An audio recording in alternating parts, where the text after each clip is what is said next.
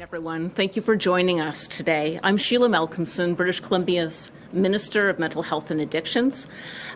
I first want to acknowledge we are on the territory of the Tsleil-Waututh, Musqueam, and Squamish peoples. And I'd like us to begin by inviting Byron Joseph, who's the co-chair of the Indian Residential School Survivors Society, one of our partners here today in the announcement, to welcome us. Thank you.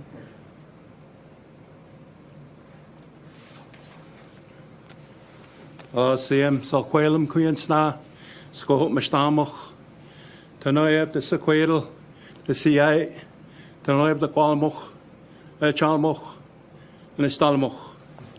Chechain the Calcolo, Tuchtata Smanat, Tainamith Taequans Wachucha Ada. Natemith Chachenak, the Sequent Tomoch, Nahoyat the Chase the Milk, the Ecoxin the Siachin, Quistimas, Tanoyab, the CIAs. Tanoyab the Sequel, Twistimas. Thanking each and every one of you. On behalf of our Scoho Mashtamoch, our people here in this fine province of British Columbia, and just like to welcome you here to our lands.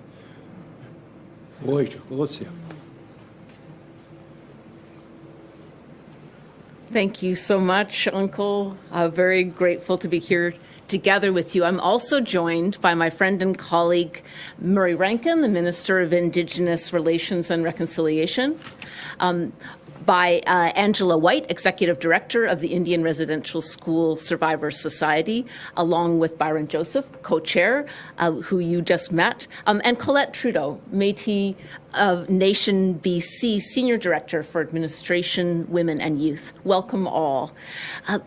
I first want to be very clear that today we're talking about Indian residential school survivors. To any survivors or intergenerational survivors, these are very hard conversations. If you're watching the live stream, I want you to take care of yourself. What we are talking about today will trigger difficult memories and cause distress. And I really encourage you to reach out to the very good people who are there to help at the residential school crisis line. The number is 866-925-4419. And I'll say that number again at the end of our presentation. The findings at the sites of former residential schools across Canada have been confirming of what we have been told for a very long time. They are heartbreaking, and they are revealing and terribly sad. It's a sharp reminder of the work we have to do, of the pain that takes many generations to heal, and a lot of hurt that is out there that we see every day in our country and our communities. It's important that we talk about it, and we keep sight of the supports that survivors and their families need to do that healing work today and into the future. I'm now going to invite Minister Rankin to talk a little bit more about this work.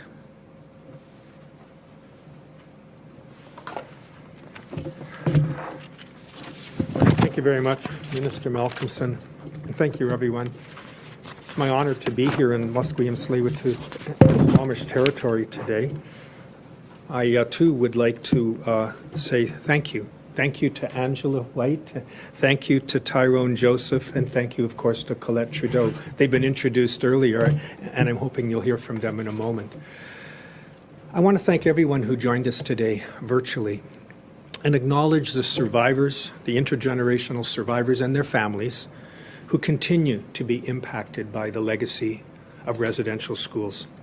I also want to say that this work does not stop. Communities across British Columbia are doing the difficult but essential work to find answers for the generations of families that attended residential schools in this province. And I know, and you know, that there's much more work to be done, and there'll be many more difficult days ahead.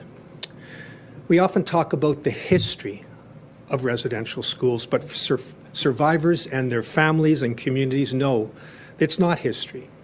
The impacts continue to this very day. So we respectfully, the province, residential school survivors, their families, and the communities who've been impacted by these recent events. But one of the things that the province, all of us, can do is make sure supports are in place for those who need them. We've heard from Indigenous service providers that they have seen a dramatic increase in demand for mental health and wellness supports. In June, our province announced $12 million for BC's Residential School Response Fund.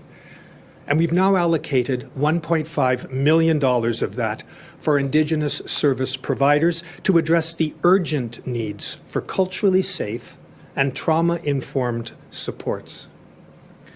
The added funding will strengthen existing mental health and wellness and cultural support services across the province. And it will provide resources for ongoing engagement and supports for survivors, intergenerational survivors, and communities affected. With this funding, the Indian Residential Schools Survivor Society will enhance its 24/7 cultural support line. The Slotan Laylam Society will be able to provide more in-person health, wellness, and cultural supports. And Métis Nation BC will add resources to its Métis Counseling Connection program.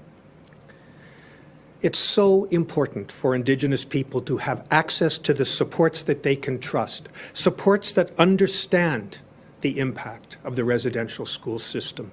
It's important that these services be Indigenous designed and Indigenous delivered. These Indigenous service providers are here for those that are struggling. They have exceptional expertise in providing these vital supports. The $12 million in funding from the province to support communities and survivors supplements what the federal government has in place, which of course the federal government has significant role to play going forward in this response. In conclusion, this is a time of reckoning in British Columbia and across Canada.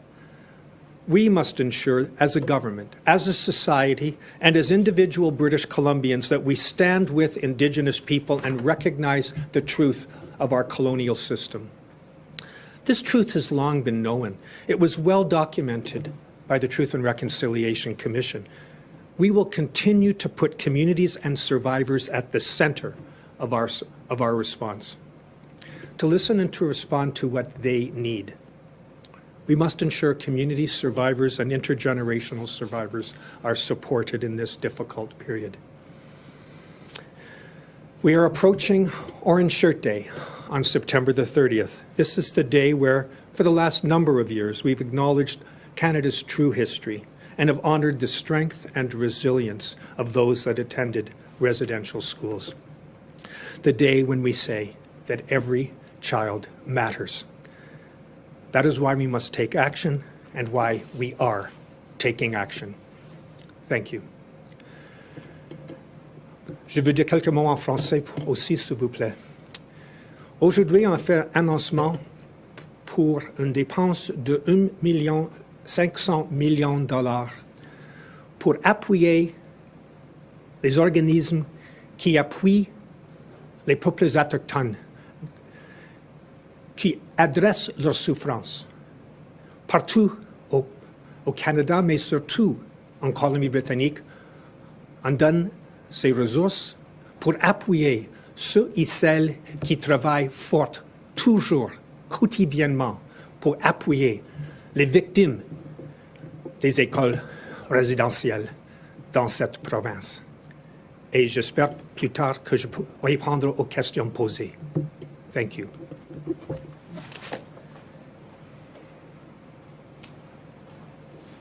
Thank you, Minister Rankin. And thank you for naming Slotan Laylam. It's a fantastic addictions treatment and healing center right in my backyard in Snana's territory. And I know how hard that they work all year round, but particularly since the revolutions at Kamloops and beyond. And another fantastic organization that is truly saving lives and building, just stepping up even further their support is the Indian Residential School Survivor Society. We met co-chair Byron Joseph at the beginning of the presentation, and I now call on Angela White, who's the executive director, to share some words about this funding and its impact. Thank you.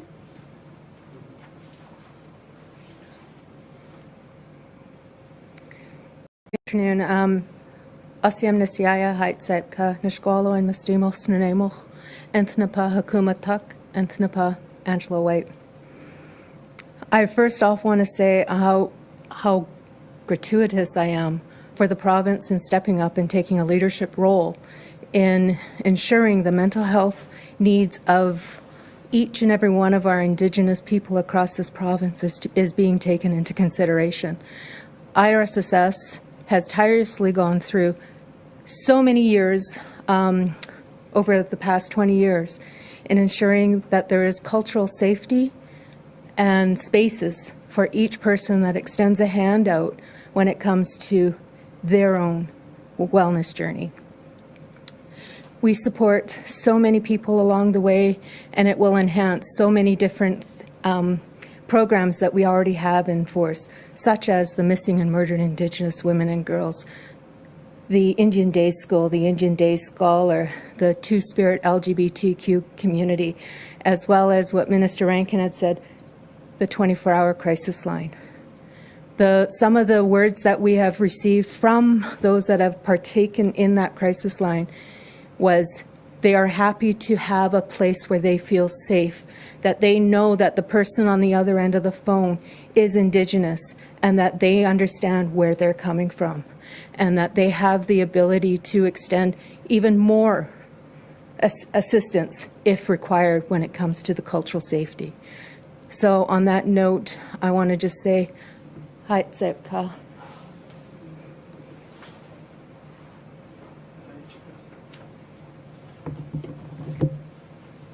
Thank you so much, Angela. Another strong Snuneymuxw woman from the White family. We're very lucky as a province to have you in leadership. I now invite Colette Trudeau, who is Senior Director for Administration, Women and Youth for Métis Nation, BC, to bring your remarks. Thank you.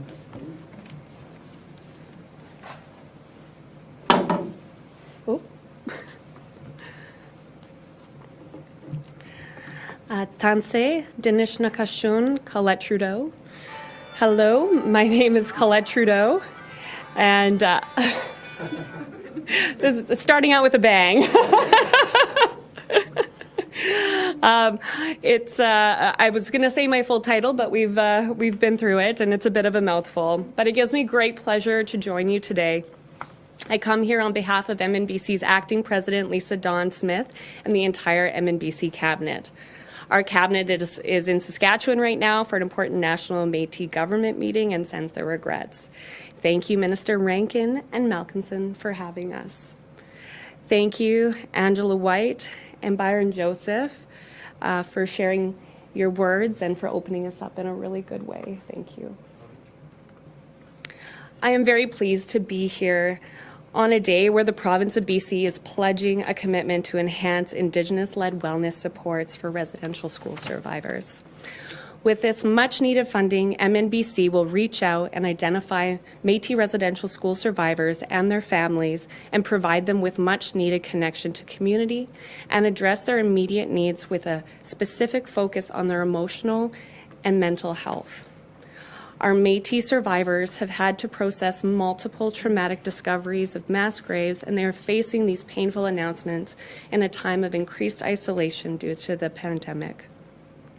Through this investment, we aim to connect with residential school survivors and their families, offering them targeted supports and connections to other survivors.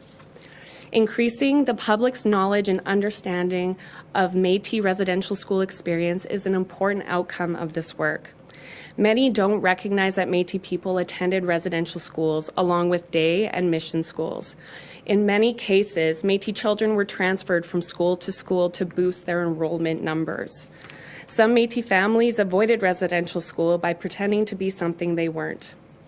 In my case, my family went underground and claimed to be French Canadian, which still resulted in the loss of our culture, our language, and our identity. Bringing this information to light will further validate the traumatic experience of Métis people. For a long time, the health and wellness needs of Métis people has been systemically underfunded in BC. This past year, we received funding by the federal government to respond to the mental health impacts in relation to COVID-19. With this funding, we launched a new initiative, Métis Counseling Connections, which offered 10 free counseling sessions per Métis participant. Within days, we were oversubscribed and had to start waitlisting our citizens. To date, over 300 of our Métis citizens have been served by this program, but we know more can be done. With this funding, we will prioritize counseling services for Métis residential school survivors and their families. This may also include our 60 Scoop survivors, as they are intergenerational survivors. MNBC will also be hosting a provincial Métis residential school survivors forum. MNBC is a provincial organization with citizens spread across the province of BC. Providing a forum to bring together survivors and their families in a central location is pivotal to healing. Residential school survivors will be engaged and pivotal to the planning of the forum and how information is collected and shared. MNBC plans to host the Provincial Residential School Survivors Forum late spring of 2022. Weaving together the Métis voices of residential school survivors and documenting and learning from them as respected Métis elders and knowledge keepers is critical. I'd like to thank the province for recognizing the need to provide this funding to Métis Nation British Columbia. We are grateful for their partnership on this extremely important issue and look forward to working closer on a renewed relationship between MNBC and the province of BC. Merci.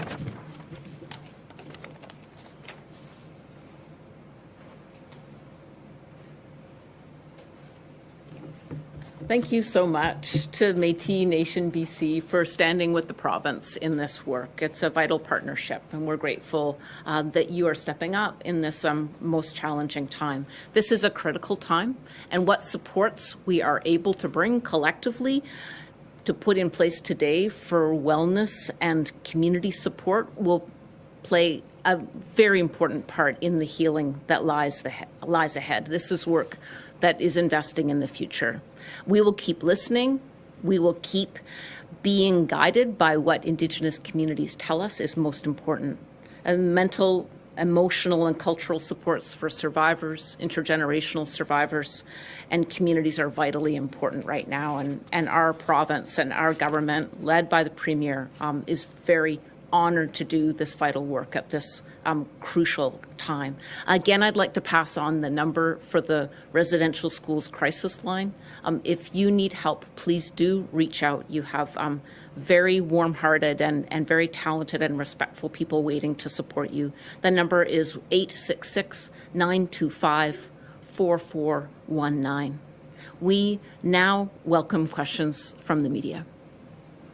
Thank you, Minister, and thank you to all our speakers. A reminder to reporters on the phone, please press *1 to enter the queue. That's *1 to ask a question. You will be limited to one question and one follow-up. Please also remember to take your phone off mute. You will not be audible until your name is called. Our first question today is from Lisa Cordasco, Vancouver Sun. Go ahead, Lisa. Thank you, everyone, for doing this today. I'd like to ask about these specifics. Can you give me a breakdown of the amount of dollars which is going to each organization and why these three organizations were chosen? Because obviously we can't cover everyone at once. I'm just wondering why these three are first. Thanks very much, Lisa. The monies are going technically to the First Nation Health Authority, which is doing such extraordinary work, but earmarked as follows. $750,000 of the $1.5 million is going to the Indian Residential School Survivors Society, $500,000 to the Slotan Lalem Society, and lastly, $250,000 to Métis Nation BC to expand the Métis Counseling Connection program. It's our view that these organizations have proven themselves as extraordinarily important in providing what Angela talked about, Indigenous-led, Indigenous-delivered services, people at the end of the phone as one aspect of their work, understanding the reality of residential school survivors, their families, and the trauma that the school system has created. Lisa, do you have a follow-up? Yes, thank you. Minister, this is part of the $12 million already pledged by your government. Can we expect to see similar announcements about how the rest of this money will be spent? Thank you. Thank you very much for that question. You're right. The government has, of British Columbia, supplementing the money, the millions of dollars that the federal government has provided to address this part of the Truth and Reconciliation calls to action. The province has put $12 million down. And it is money that is not time limited. It's money that can be taken up by nations as they see fit. There are 21 so-called caretaker communities in British Columbia, which are the communities near the residential school in question. So, for example, the Tecumloops-Chirupmuk in Kamloops is the caretaker community for that residential school, but are looking after the interests of other nations because, as you know, students came from far and wide to attend the residential schools in BC. So each of those 21 caretaker communities, as well as those dealing with the 3 main Indian residential hospitals in the province, they've been given $475,000, up to $475,000 to deal with the work that they are doing.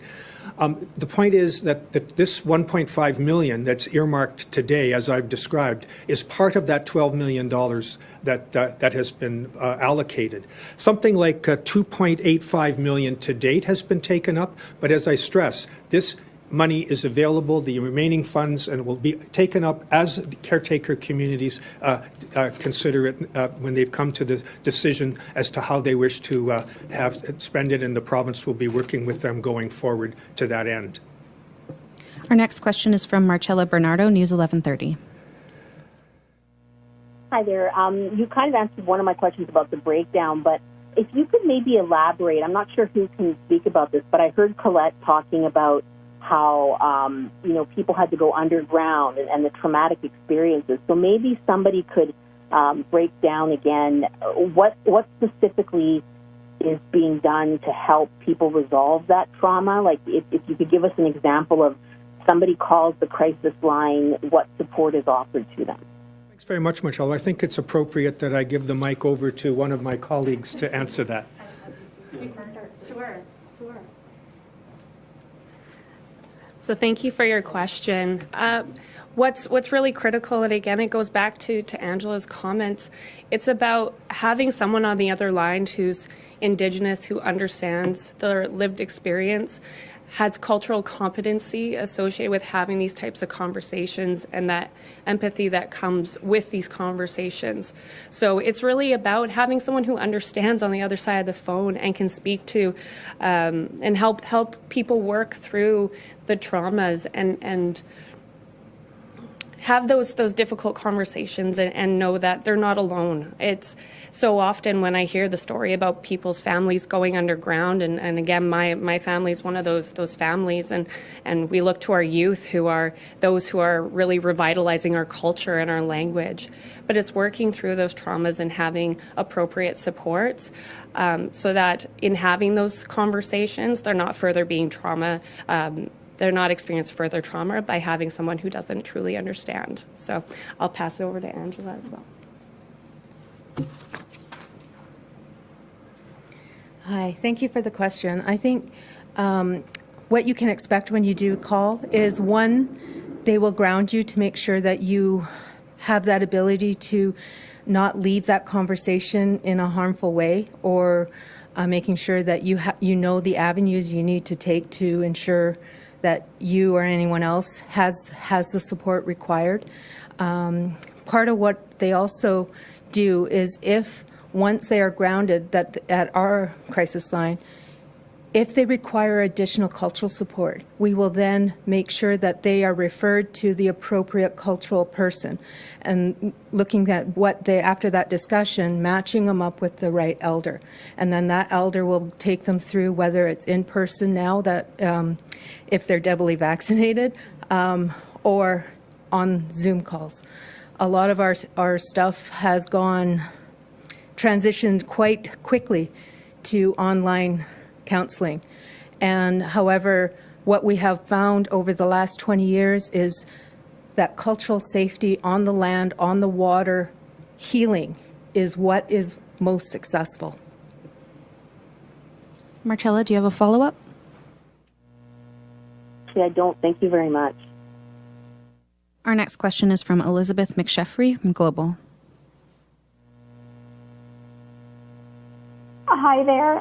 Of course, on September 30th, Canada is going to mark its first National Day of Truth and Reconciliation. And I know the government of BC did not declare that a statutory holiday here. I'm wondering if you can provide an update on how the consultation on that decision is going and whether that may change for next year. Thanks very much. I was so pleased when the federal government enacted the Truth and Reconciliation Day. I had involvement as a member of Parliament in a private member's bill suggesting that day be created as Orange Shirt Day. They've rechristened it to National Truth and Reconciliation Day, and I'm delighted that the federal government and all those in the federally regulated private sector will be celebrating that day, or at least acknowledging that, taking that day to remember. As for British Columbia, all of the public sector employees and many of the school districts and municipality employees are going to have that day as well. But the consultations with the broader private sector are ongoing as we speak, and there will be no doubt announcements made over the next while as to how that unfolds in this province, just as is occurring across this country. Elizabeth, do you have a follow-up? Yes, thank you. This question is for either Ms. White or Ms. Trudeau, whoever wants to weigh in. I'd just like to know what you'd like British Columbians to be thinking about, to be reflecting on September 30th. You know, some people will be off work, some people won't be off work, but how can we all mark that day in our own way?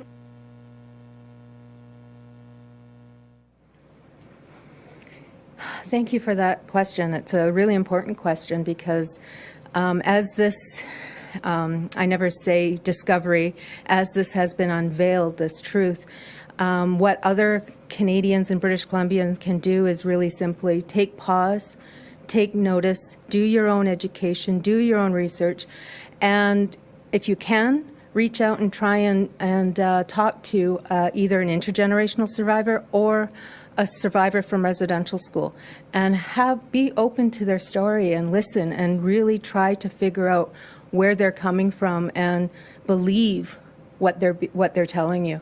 So many years have gone by for these survivors that they lived with the shame of not having people believe, because that's exactly what they were told, is that their stories were meaningless, that no one would ever believe them over a priest or a nun. So this is very vital. And I think if it's just the smallest step you can possibly do, wear some form of orange, just to acknowledge that you hear them, that you believe them, and that you see them. Our next question is from Susanna De Silva, CBC. Thank you very much.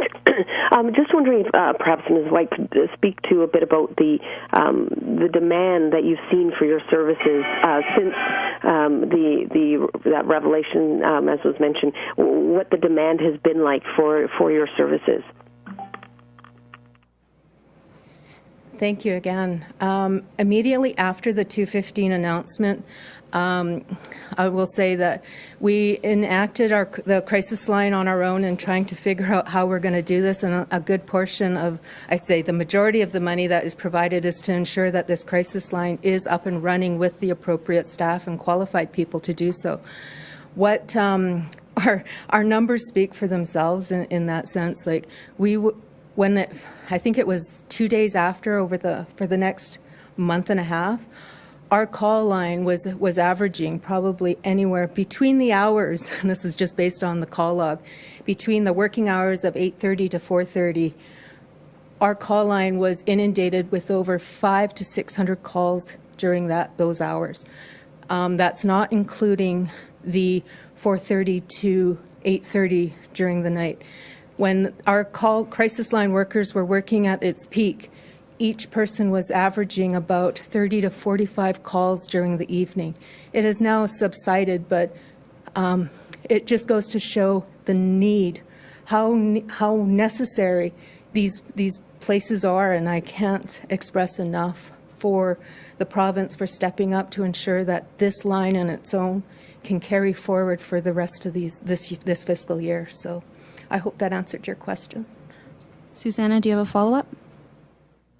Yes, thank you. And sort of to continue to that, I mean, with Thursday approaching and, the discussions and a lot of events happening and recognition, are you sort of preparing for, again, sort of an increased demand? And is there more in the even shorter term that you need and going forward to continue to be ready for this year and the years going forward? I think we are as ready as we possibly can be. Our crisis line workers are separate from our resolution health support workers, and so they actually will monitor those phones leading up to and past September 30th. What we have done to prepare for this is we have about 30 full-time staff and about 36 cultural supports that aren't on a regular salary.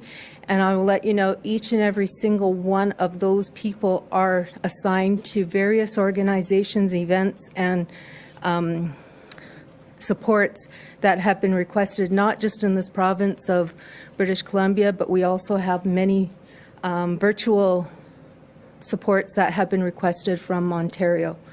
And so we keep getting these last-minute requests coming in, but unfortunately we just don't have that capacity to ensure that every single request is going to be met. But we have, I think, just moving forward, using parts of these dollars to get clinical therapists on staff so that they can actually start assisting and breaking the waiting game or the waiting period and the wait list for a clinical therapist through the First Nations Health Authority, and just getting people used to sharing their story in a clinical environment so that once they do get assigned a full-time therapist, they are ready and willing and able to move forward on their wellness journey. Those are all the questions we have. Thanks for joining us.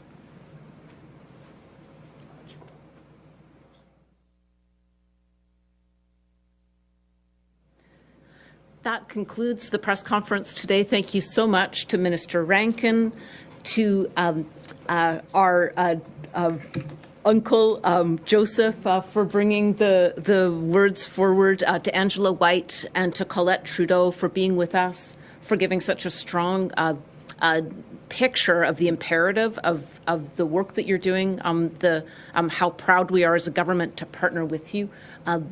Because you're doing such good work. And I'll just close by saying to anybody watching, please send your strength to these people that are doing such important work. It's vital work, it's hard work, it's hard on the heart, I'm sure sometimes. And please, to everybody that is working with Southern Lalem, with the Metis First Nation of BC and the Indian Residential School Survivors, thank you on our behalf to the people that are doing the work. We're counting on it, and we're glad to be working together. Thank you so much.